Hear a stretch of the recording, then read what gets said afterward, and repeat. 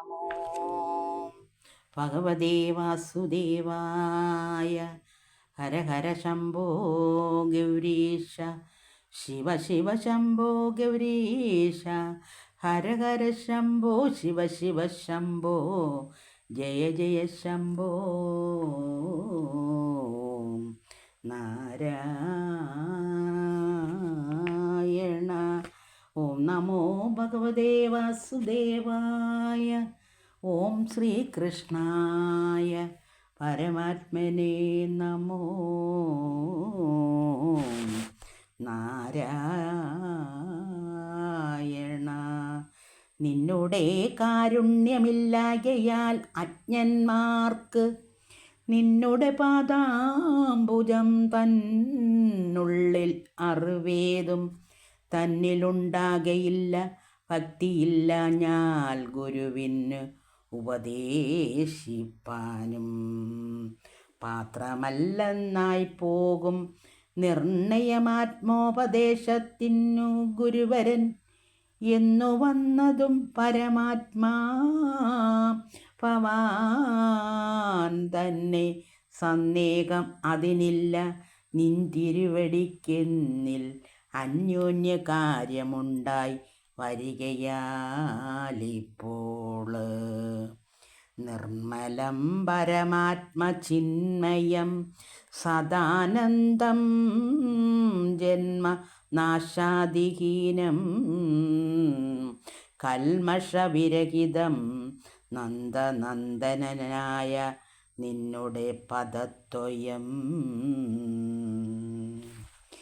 എന്നുടെ കണ്ണിൽ കാണായി വന്നതും മഹാഭാഗ്യം. നിന്നുടെ മായാവിപ്രമെന്നു ഉണ്ടായിവാനായി അംബുജവിലോചന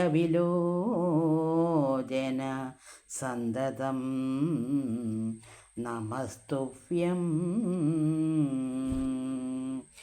ജന്മങ്ങളിനിയുമുണ്ട് ഏറെയെന്നിരിക്കലും കർമ്മങ്ങൾ പലവിധം ചെയ്യണമെന്നാകിലും നിന്മലരടിയിണ കാണാച്ചമഞ്ഞതിൽ സന്മയത്തിങ്കൽ രമിക്കേണമേ സദൈവമേ.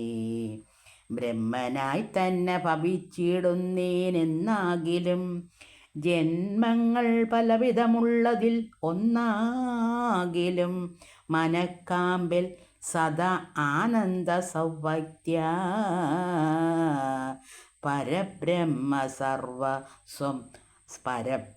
സർവസ്വം അനുഗ്രഹിക്കായി വരേണമേ. നിന്മഹാവിഷ്ണുരൂപമീദൃശം കാണായി വന്നതെൻ മഹാഭാഗ്യം തന്നെ.